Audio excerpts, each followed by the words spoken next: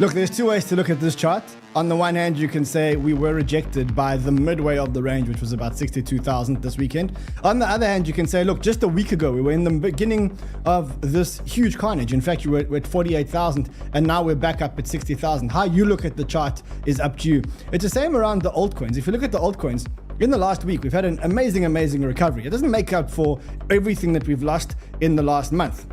If you look at the last week, we've made an amazing recovery, and specifically on a couple of altcoins. And I want to talk about those altcoins examples. Sui, look at that. And Helium, 78%, and Ondo up 50%. I want to talk about those altcoins.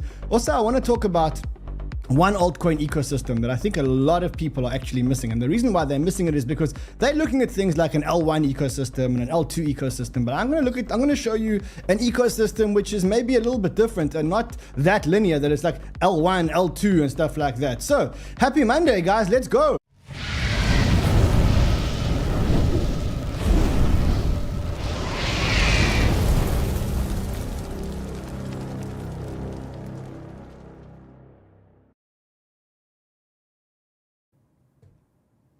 Where the hell is everyone? Where the hell is everyone? Smash the like button. Let's get everybody here. So smash the like button. Let's get everybody watching the show. Also, if you're not already subscribed, what are you waiting for? 964,390. We want to get to 1 million subscribers so we can start giving away those banter bags. Guys, I just want to quickly just discuss something very serious with you before we actually start the show.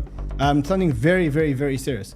A lot of women are complaining that I'm spending a lot too much time in their bedrooms. And one woman actually walked up to me while I was with my wife, and she said, look, you are spending a lot of time in my bedroom. So I need to ask you guys a big favor. If you guys are watching our videos, please don't watch the videos in the bedroom, because a lot of women are complaining that I'm spending time in the bedroom. So please, maybe just watch them in the TV room or the lounge or whatever else. Just makes it a bit more, you know. So as my wife caught the fright of her life when people were saying, oh, you spend so much time in the bedroom. And then the girl like clarified, okay, he wasn't actually him in my bedroom. My husband bought the laptop to watch Crypto Banter. So you guys got to be careful. Be careful where you watch. All right, let's get straight into the alpha, because we've got lots to discuss today. I do believe that there are two ways to look at this chart. I mean, on the one hand, if you take a line down the center of this chart here, this range here, we were kind of rejected by the middle of the range here. We were rejected by that 62,000 level. On the other hand, as I said, just a week ago, we were at this is last week, Monday. As you can see, last Monday, what a difference 1 week makes. We are now back up in the range, just under $60,000, but very, very, very much in the range. A week ago, it was the end of the world when the whole Japanese crisis happened. And a week later, we're back at $60,000 as if nothing ever happened. This was effectively, you could say, either the black swan of our season, or at least the beginning of the black swan of our season. And I made a couple of predictions last week. You may have remembered them. I said the worst is over now, specifically for the Nikkei. I think I was right. The US market won't melt down. It didn't melt down. There was no Fed emergency meeting. And the next prediction is that we're going to get a rate cut in September, but I don't think it's going to be 50 bips. I also said to you guys last week, where I am, I'm willing to put money that on the end of the week, at the end of this week, or in fact, Monday next week, the markets are trading higher than they're trading at this very point in time. That was, again, the markets are trading higher than when they were at this point in time. So I think so far, so good when it comes to our predictions. A couple of things that are happening on the market that are probably worth looking at. On the one hand, there are a lot of shorts in this market, which means that a lot of big traders are thinking that this market is going to come down from here. So, but you know what happens when people build up shorts and the market goes against the shorts? We actually get those short squeezes. I'm not in the camp of the shorts. I'm not in the camp that this market's going to go up. I am in the camp that we need to close above the 62,000 range. But I'm also in the camp of this tweet over here, which is a fractal, which was actually posted on July 25th. Now, on July 25th, the yen cash and carry trade hadn't actually happened. So try and put your minds back to before July 25th, before the yen cash and carry trade actually happened.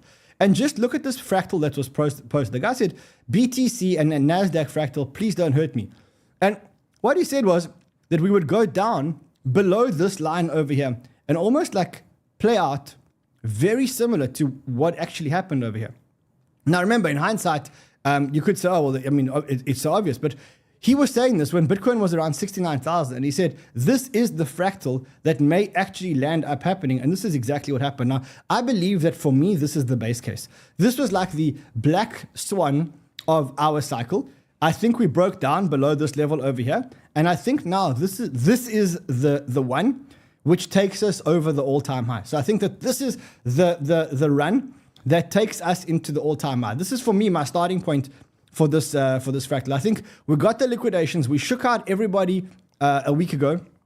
And I think from now on, it's just a slight battle. I don't think it's going to be a straight line up. I think we're going to mess around here and maybe go up and down here. But I do think at some point, this is the one that takes us to Valhalla. You can see that. Let's just call this line over here Valhalla. I do think that this is the line that takes us to Valhalla. And I do think that we land up exactly with this scenario over here, which happened in 2012, 2016, 2020. And I think the same thing happens now. So this is my base case. Again, you can run it out and you can record this. Andre, timestamp it, because you came to me this morning and you said, look, I timestamped what you told me to timestamp last week. I'm telling you to timestamp again. Where are the likes? 465 likes. What the hell is going on here? This show is paused until we get 1,000 likes. Also, until I get a drink. Show is paused until 1,000. Ooh, sparkling water. Until 1,000 likes. I see we only got 473 likes. We need to get, for the amount of alpha that we are talking about today, we need a lot more likes than 477 likes. A lot more. Way, way, way more likes. I'm waiting. I have all day. I have all day.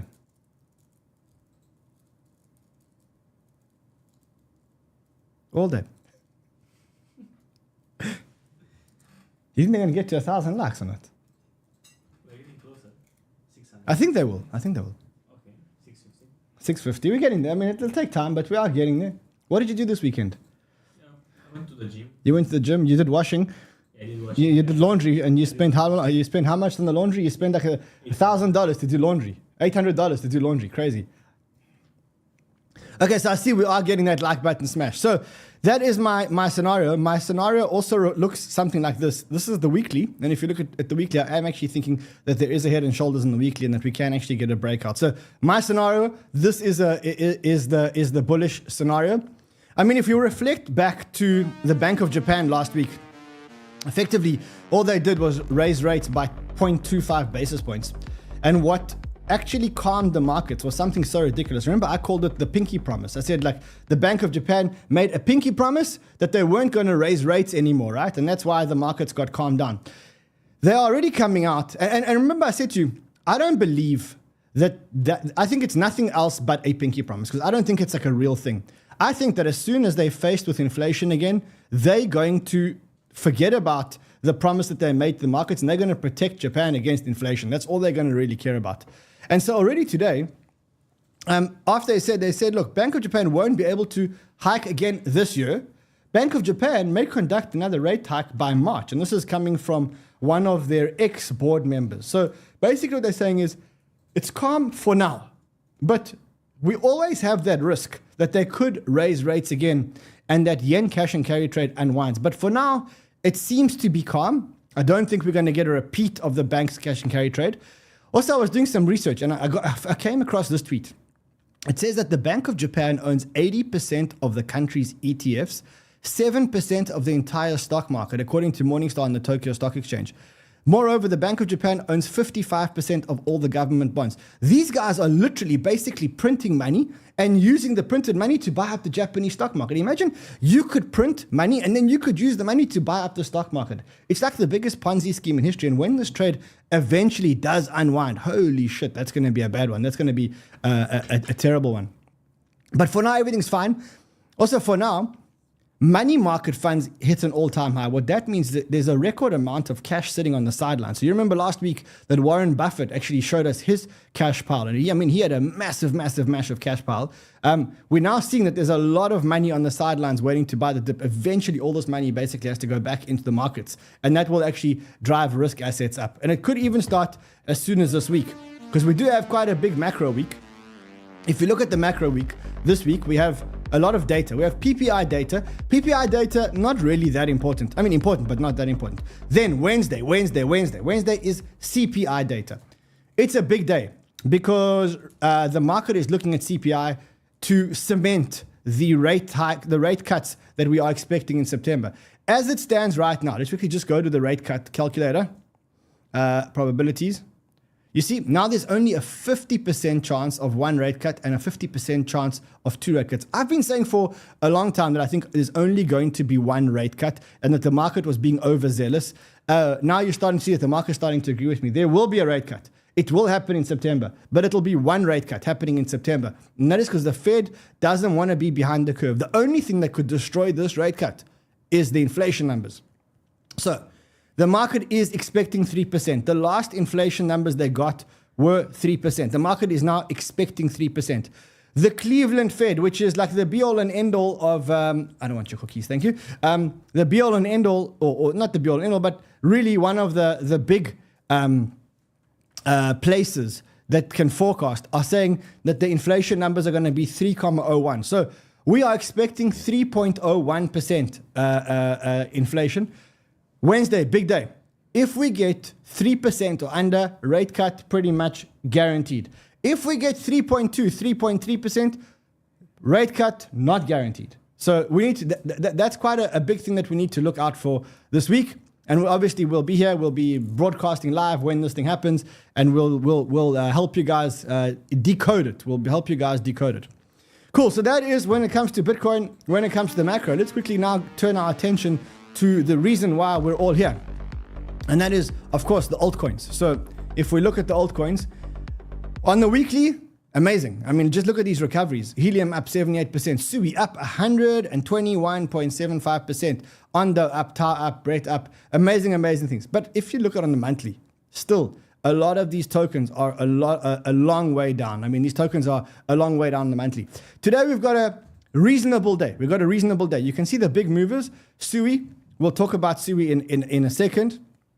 Say moving up, Aptos moving up, Helium moving up, Celestia moving up. We'll talk about all of those for a while. But I think when it comes to altcoins, I think people have really started to lose hope in altcoins. They're saying, I mean, I read this. It says alts are basically uninvestable for me in the current conditions. For the time being overvalued, overdiluted. That's really what it feels like if you're in the altcoin market. It feels like just a very, very, very tough place to be. To me, it feels like it's almost the end of the capitulation where people have given up completely on altcoins. And you can see it if you look at the Bitcoin dominance chart. I mean, it topped last week, just quickly see, at 57.66. And you can see it's very much on the uptrend. Very, very, very much on the uptrend in terms of Bitcoin dominance. But very soon, even according to Ben Khan, very soon that trend is going to start changing. And we are going to start getting much more of an altcoin run. So that's in terms of altcoins. Another thing which is interesting to note is Bitcoin's only down 15% from its all-time high, but altcoin total market cap is down 60% from its all-time high. Just shows you, like, if Bitcoin goes up 15% and we go back just 60% just to the all-time high on altcoins, can you imagine how much of a run that's going to be? And that's essentially what we're holding on for. We're holding on for that one move in Bitcoin that will actually send the altcoins up. And it has been inevitable in every single cycle. And I don't see why it's not going to happen in this cycle. So it's just a case of patience. In this period, I would be accumulating altcoins. I must be honest, as tough as it is and as boring as it is, and as much as everyone's not looking at altcoins, this is the period where I'd be accumulating altcoins. I'll make you guys a list and we can start with that list very soon. But you can see that altcoins now are on major support. Bitcoin dominance must start coming down soon. And to me, it's definitely going to turn. So as I say, I think we've had an amazing recovery for the week. But I think that if you look at it on a much longer time period, these altcoins are still very, very, very cheap. I remember that we were talking about 𝗬𝗓𝗡 at $40 and thinking, there's actually some value with 𝗬𝗓𝗡 at $40. Today, you can go and buy 𝗬𝗓𝗡 for $20. Now, how many people are actually putting down their money and buying 𝗬𝗓𝗡 at $20? Okay, only the smart people, because one day we're going to look at 𝗬𝗓𝗡 and say, how the hell did we not buy 𝗬𝗓𝗡 for $20? Or another one which we called is Injective, $18.50. I mean, who's not buying Injective for $18.50? Or things like Rune, where, I mean, we were talking about Rune at $8 or $9 a while ago. And if you look at Rune now, it's $3.23. You're talking about discounts that when the altcoins actually start running and when we actually get back to where we should be on the altcoins, it doesn't matter as long as you're buying quality. It doesn't really matter. You should be, right now, you should be using this opportunity to actually buy as much as you can, because I don't think that these prices are going to hold for very much longer. So another place where I'm super impressed is, I have to give a big shout out to all of us at Frontrunners. And the reason why I say that is, I think that the calls that we've had at Frontrunners, now Frontrunners is our Banter Discord. I'll just show you some of the thing. We had a 𝗕𝗘𝗘𝗧𝗧 trade, we had a 𝗕𝗘𝗖𝗟𝗑 trade, we had an 𝗕𝗘𝗩𝗘𝗥 trade, we had a 𝗬𝗜𝗕 trade, we had a 𝗕𝗘𝗣𝗙 trade. We had 100% hit rate on our trades this last month. You can see that's the Discord group. All the calls are actually in this Discord group. I just want to show you some of the calls. So Injective, I took a long on Injective over the weekend at $17.83. Within like a couple of hours, it was already at $19.26. Some people were already exiting the call. Irishman made an under call, huge call, 33.78%. This 𝗕𝗘𝗘𝗧𝗧 trade was absolutely insane. In fact, this was like one of the posts that was made around the 𝗕𝗘𝗘𝗧𝗧 trade. We literally called 100%. Now that is, I must say, super impressed that these guys managed to call 100% of the calls this week. Not this week, this month in Frontrunners. If you want to join Frontrunners, guys, as I said to you before, join. If you're unhappy after a month, let me know and we will refund you. Okay, so we will refund you, but we'll only let people in when we open the waiting list. So here is a link. Click this link. Join us for a month. If you don't make as much money as the cost of being there, just text me and say, I want out. I'll refund you your money and you can go your way and it'll be amazing. One of the calls that we made in Frontrunners, and I want to show you this call because I think it was really one of the most impressive calls. But look at the date in this call, 22nd of June. I made a call in Frontrunners and I said, guys, the data is showing me that a lot of money is flowing into 𝗬𝗜 from ETH. It's a second behind Solana. I'll also see that nobody's talking about 𝗬𝗜 anymore. I think 𝗬𝗜 may have a go soon. And it's being cut out here. But I said, I think we should actually start putting money into 𝗬𝗜. Now, no one spoke about 𝗬𝗜. And I won't actually forget, because the Irishman, he phoned me. He's like, the Irishman's very possessive over the Frontrunners. He's like, why are you calling 𝗬𝗜? Are you sure that you want to be calling 𝗬𝗜? I was like, bro, listen to me. I know what's going on. I was watching the money flows. I was looking at Wormhole. I was seeing the money flows from Ethereum and where was the money going. Again, you can see the money is still going into 𝗬𝗜. At that stage, nobody was talking about 𝗬𝗜. Now, here we are a few weeks later, and 𝗬𝗜 is the #1 recovery altcoin that there is. This look at it's the biggest recovery coin in the month, the biggest recovery coin in the week, and it was given to you literally on a plate in Frontrunners, right? Where nobody was talking about. Today, everybody's talking about, even Fred's mom. This is literally a message we got from Fred's mom. Okay, this is literally this. Fred sent it to us just before the show. Fred's mom, I know she's watching the show. She said, I heard that 𝗬𝗜 is the Solana killer. So now everybody, a month later, everyone is now starting to talk about 𝗬𝗜. Suzu says he closed his ETH, he closed his AVAX long, and now he's long 𝗬𝗜 at 93 cents. 𝗕𝗓𝗪, now remember, 𝗕𝗓𝗪 actually sits as an advisor to 𝗬𝗜. He says, 𝗬𝗜 is ground building, ultra fast L1, super efficient blockchain. The idea is that it built to scale for 4 billion people. Now look, we have been big fans of 𝗬𝗜 and the technology of 𝗬𝗜. We said that in the race between 𝗬𝗜 and Aptos, we think that 𝗬𝗜 is probably right now, as it stands today, in the lead. And we think that Move, as an operating language, is definitely one which is definitely one to be looking at. So 𝗬𝗜 doing very well. Again, we noticed it a long time ago. I think our entry price was like 70 cents. It was somewhere around here. So yeah, our entry price was at about 70 cents. Truth is, I don't know if I'd be taking this trade now. I think this trade's a bit late. I think if you're coming in now, I think if you're riding it, ride it. But I don't think that you should be taking the 𝗬𝗜 trade now. As much as I love 𝗬𝗜, and I do think that 𝗬𝗜 may be the next L1 that actually has it, I don't think that 𝗬𝗜 is a Solana killer, and we'll talk about that in a second. If you like 𝗬𝗜 and you've missed the 𝗬𝗜 trade, earlier on today I went back onto Frontrunner And I said, guys, I said, I don't know if I kept the screenshot, but what I said is you should actually be looking at 𝗕𝗬𝗕𝗓, because 𝗕𝗬𝗕𝗓 is the DEX on 𝗬𝗬𝗕𝗓. And I think that what you should be doing now is looking at the 𝗬𝗬𝗕𝗓 ecosystem coins. And one of the biggest, I always say, look, DEX, meme coin, L1. The biggest DEX, 𝗕𝗬𝗕𝗓. In terms of meme coins, I'm not sold on the 𝗬𝗬𝗕𝗓 meme coins. Like I don't think there's a killer 𝗬𝗬𝗕𝗓 meme coin. The 𝗕𝗘𝗩𝗔 or 𝗕𝗘𝗩𝗕𝗔. What is it called? 𝗕𝗘𝗩𝗔 or 𝗕𝗘𝗩𝗕𝗔? What's it called? 𝗕𝗘𝗩𝗔. It's just I don't gel with 𝗕𝗘𝗩𝗔. I don't know why. So anyway, so that 𝗬𝗬𝗕𝗓, I think again, I wouldn't be getting into the trade now. We did call it in front runners.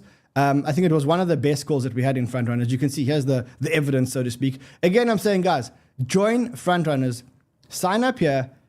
If you're unhappy and you want to leave after a month, if you haven't made your money back, we'll refund you your money. Just trust me. Just go and do it and sign up for at least a month. All these calls, like I said, we had 100% hit rate this month. Every single trade that we call literally went up this month. So, I mean, and again, it doesn't happen all the time, but that was very good. Going back to Fred's mom, who said that she heard that 𝗬𝗬𝗕𝗓 is the Solana killer. Look, I don't think 𝗬𝗬𝗕𝗓 is the Solana killer. I think it is another parallel ecosystem, and I don't think it's going to kill Solana. I think the difference between 𝗬𝗬𝗕𝗓 and Solana is not big enough for 𝗬𝗬𝗕𝗓 to actually kill Solana. I think if you want to kill Solana, you want to create something that is much better than Solana. And 𝗬𝗬𝗕𝗓 is better than Solana, but it's not 10 times better than Solana. That's why I don't think it's a Solana killer. I think it is just another very good blockchain, and they focused a whole lot more on gaming, or a lot of the stuff that they're doing is around gaming. And I think there's many other amazing applications that are actually happening. When it comes to Sol has become, I want to say, the retail L1, because it's affordable and it's cheap and people are using it. And of course, we know that the biggest use case on Solana is, of course, meme coins, right? So like everybody's using it on meme coins. But I've got bad news around the meme coin cycle. And I think you will probably agree with me when it comes to Solana. But I think that the shining light for Solana has been meme coins. And I think meme coins have been an amazing application. What meme coins have shown us is that we can create a game that you can only play using blockchain, and you can use it globally. We can create value out of nothing, and we can trade and transfer the value that we've created out of nothing, and we can move it around the world. That is pretty much what meme coins have showed us.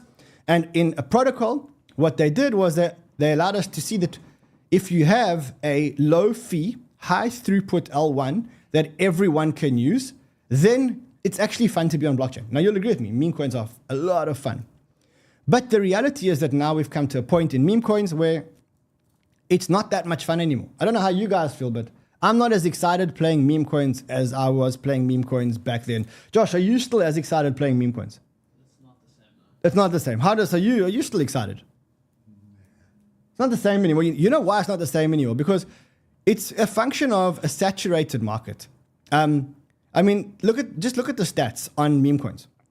So, in 1.7 million meme coins, different meme coins have been launched just on one application. This is just on Pump.Fun. Now, bear in mind that Pump.Fun, even though it's probably the biggest in terms of market share, it's not the only player. 1.7 million meme coins have been launched. Only 23,000 of them have made it to Raydium. 141 of them made it to CoinGecko. That means 141 out of 1.7 million coins made it to CoinGecko. Maintain 1 million market cap for multiple weeks, only 41. And maintain 10 million market cap, only 15. Look, meme coins aren't fun anymore. Meme coins, in fact, are the world's worst casino. You can get better odds in a normal casino. You can just go to a normal casino, you can get 100 times better odds than playing this meme coin game. And so what I think is going to happen is I think we've reached a point of oversaturation. I think that meme coins are fun when you can catch and when you can make 100x's, but I think that people aren't having as much fun playing meme coins anymore because the market is oversaturated. And so what I think is going to happen is you're going to see some kind of market consolidation. When that market consolidation comes, I think you're going to see Solana getting a bit of a slowdown. And then everyone's going to call for the death of Solana. And I mean, it's garbage because it's not the death of Solana, because what we have proven is we can create an application that the whole world can play, creating value and selling and transferring value around the world. But I do think that you got to be careful because I do think this meme coin hype thing is going to start coming down now, because it's not as much. Meme coins are fun to play when you're winning, but when your odds of winning have become so small, it's actually it's not fun anymore to play. And to be honest, I mean, when was the last time you had fun playing meme coins? I mean, it's dead. It's almost like it's become so hard to make money on meme coins because the odds are so stacked against you because people are launching so many meme coins. It's not that much fun anymore. So, Colombian flu. After a weekend, we always have Colombian flu. It's not Colombian flu. I actually did get the flu. But also remember that we have Breakpoint for Solana in September. Let me know in the comments if you're coming to Breakpoint and if you're coming to Token 2049. I did actually apply to be a speaker there, and they said it's full. So I don't know if I should take that personally. Or maybe it's just me. Anyway, hold on. Someone's tweeting me. Run was like, say no more. Yeah, okay. All right, so yeah, that is Solana. What else is there? ETH. ETH can't catch a break. Now, you know what people are hating on ETH about? They hating on ETH, get this, because the gas fees are too low. So now people are hating on ETH. Median gas fees are at the lowest price ever. When gas fees are high, people complain about ETH. When gas fees are low, people complain about ETH. Guys, let's just stay focused. Let's look at ETH. If we look at the Grayscale ETH Trust, we have depleted 25% of their coins in like 2 weeks. Since the 24th of July, we have depleted 25% of their coins. This depletion is almost finished. When it's finished, it's going to turn. You understand that, right? It's just a matter of time. It's nearly, the selling on ETH is nearly done, and then we're going to start getting some upward trend. Remember, I told you this, you have been warned. ETH-E, the Grayscale ETF, the Black, ETH-A, has taken over nearly 1 billion in assets. You see, it's got nearly 1 billion in assets. So just remember that. All right, I did promise you that we would talk about one ecosystem that no one's watching. And the reason why they're not watching it is because they don't know to look for it. And the reason why they don't know to look for it is because the market is so conditioned to looking at an L1 ecosystem and an L2 ecosystem and a gaming ecosystem that there's one ecosystem that markets don't know to look for. And this ecosystem is actually not an ecosystem around a technology, although it does involve a technology, but it's actually an ecosystem that is developed around a founder, right? So like a lot of people are looking for ecosystems that are developed around technologies and around layer ones and layer twos. I'm saying, hold on a second. There is an ecosystem that the market's missing.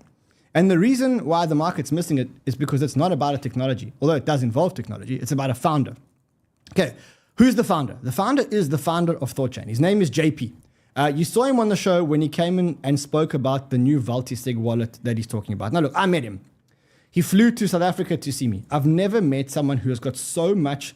Number one, he has insane energy, insane commitment, and insane drive. So much so that the guy's willing to leave his wife and daughter for long periods of time because he is so obsessed with the mission. I've never seen anything like it. The second thing about him is that generally when I look at founders in the space, they're either too technical, or they're usually too technical and don't have any marketing skills, or they technical, maybe have marketing skills, but don't understand the game theory and the tokenomics. Okay, JP understands everything. The guy is smart as an engineer. The guy is incredibly smart as a marketer, and he knows tokenomics and game theory better than anyone that I've ever met. He's also got a proven track record. So he built ThoughtChain. And I mean, for those of you who don't know how amazing ThoughtChain is, let me tell you that ThoughtChain is a one-of-one horse race. Okay, it's the only real decentralized cross-chain protocol that allows for cross-chain swaps in a real decentralized way with genius tokenomics. So, I mean, ThoughtChain is a one-on-one race, and ThoughtChain has been one of my top 10 picks for this cycle and for last cycle as well. It was really one of my top 10 picks. Now, what the market is not understanding is that I think the market doesn't understand that what JP is doing, he is building an ecosystem around himself. And in doing this, he is reviving and creating an ecosystem of amazing Cosmos products. Now, why do I say Cosmos? Because what most people don't know is that ThorChain is actually built using Cosmos technology. So it's built using the Cosmos SDK. It was one of the first protocols that is built using the Cosmos SDK. So ThorChain is amazing. The growth in ThorChain is, just absolutely amazing. With its next, I don't know if the upgrade's been done, but with its next upgrade, it's going to be IBC compatible, which means it's going to work across Cosmos protocols. It's going to be Solana compatible. So, they're talking about, I saw Solana compatible. It's going to be compatible with a whole lot of wallets. I saw this replying to Phantom soon. So it's going to be Solana compatible. So that's ThorChain. And ThorChain is amazing and continuing to grow. And actually, like if you look at it, ThorChain and Rune as an ecosystem, you would say, even just as an ecosystem, I would say, someone says, wow, this dump, what the hell's going on? What is actually going on? Oh my goodness, this dump. We're back from 58.9 back to 58. And maybe the funds are deleveraging instead of someone's. Oh, who's sending me messages here? Okay, so and actually he's just sending me someone just sent me a random tweet now. It says ThorChain going to get order book soon. So you can see that just as a protocol by itself, ThorChain is an amazing protocol, but it doesn't end there.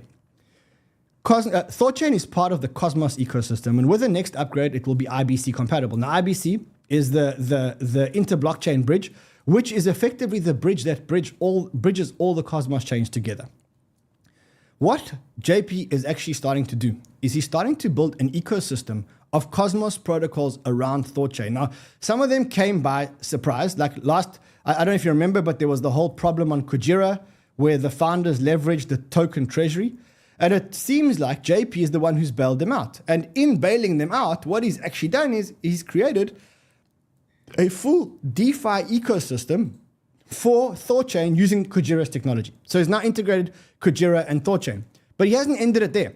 He's also now integrated 𝗬𝗓 protocol. Now, 𝗬𝗓 protocol, for those people who don't know, is the perpetuals protocol on Cosmos. We're investors in ThorChain, 𝗕𝗘𝗅, and 𝗬𝗓 before any of this actually happened. But so now you've got you've got a liquidity layer at the bottom, you've got a DeFi layer, and now you've got a perpetuals layer over here. So if you look at 𝗬𝗓 over here, you guys can see it over here. So you've got the liquidity and the collateral layer over there. So you're talking about building an ecosystem using ThorChain as the hub, but now building a DeFi ecosystem, a perpetuals ecosystem, etc., etc. So I think while most people are actually looking at this as a L1 and an L2, I'm looking at this and saying, hold on, there's a founder who's building an ecosystem around a protocol, which is Rune, and it doesn't end there. You can see that he's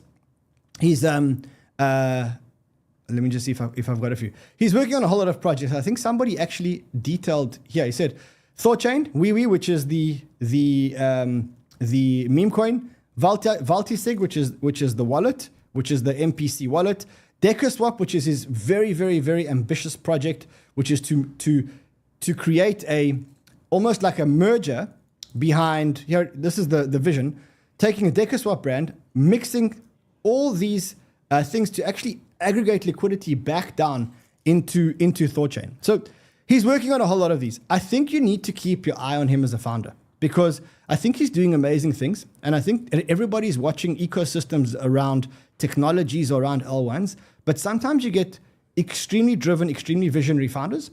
And those are the guys that you should be looking at, because everything that they touch seems to turn to gold. And I must say, I back him. I'm behind most of his projects. I was behind most of his projects actually before we met. And since we met, he's only reaffirmed everything that I thought about him.